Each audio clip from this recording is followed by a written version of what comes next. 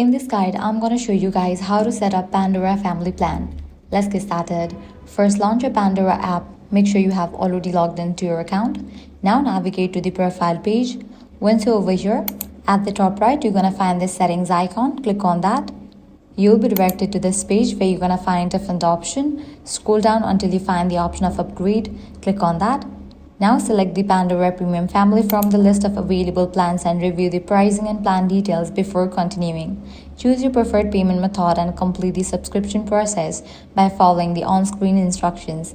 Once your subscription is active, you'll become the family plan manager and can begin inviting eligible family members to join your plan. Each invited member will receive an invitation that they can accept by signing into an existing Pandora account or creating a new one if they don't already have one. After joining the family plan, each member has their own personal Pandora account with separate playlists, recommendations, and listening history. This means everyone can customize their music experience without affecting other members on the plan. And that's it. If this guide helped you out, do not forget to like, share, and subscribe.